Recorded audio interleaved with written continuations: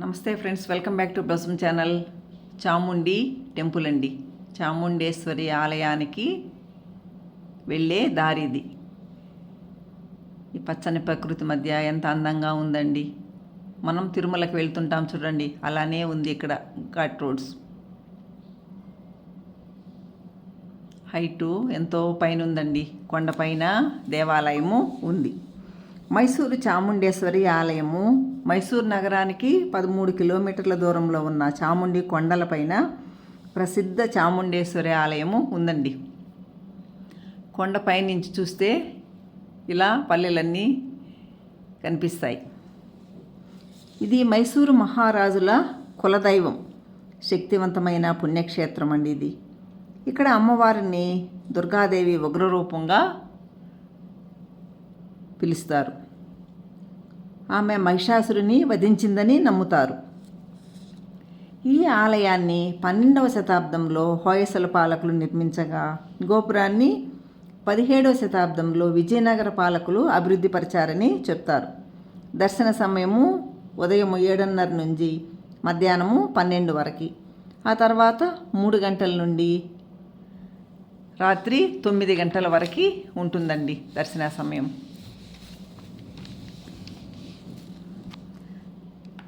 సంవత్సరానికి ఒక్కసారి సర్వాలంకార భూషితమైన చాముండేశ్వరి అమ్మను చూడడం చాలా అదృష్టంగా భావిస్తారు భక్తులు.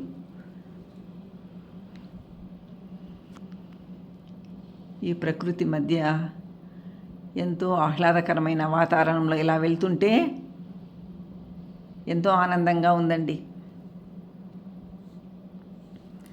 అష్టాదశ శక్తిపీఠాలు విరాజిల్లుతున్న ఈ అష్టాదశ శక్తిపీఠాలలో 4వదండి ఇది మైసూరు చాముండేశ్వరి ఆలయం.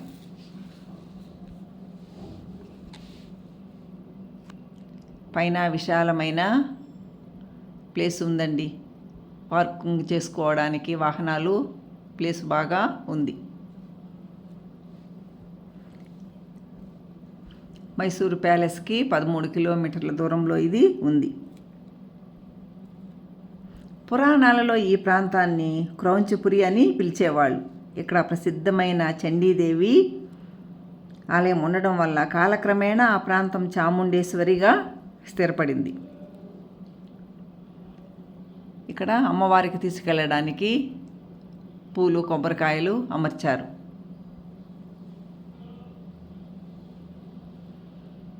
ఇదేంటి చాముండేశ్వరి ఆలయం.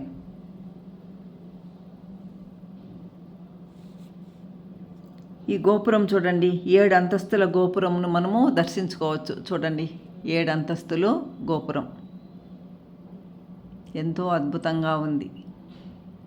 అసలు ఇక్కడికి రావడం కూడా ఎంతో ఆనందంగా ఉందండి.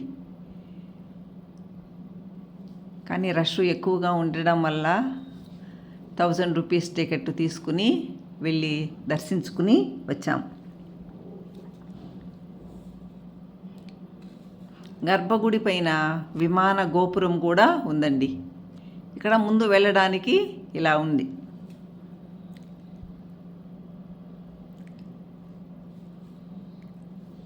చాముండేశ్వరి దర్శనము అదృష్టదాయకం అండి. అమ్మవారి ఆభరణాలు అసలు విలువ కట్టలేనివి, ఎవరి తరమూ కాదు. అప్పట్లో రాజుల అమ్మకు చేయించిన పచ్చలహారం విలువ వెలకట్టలేనిది.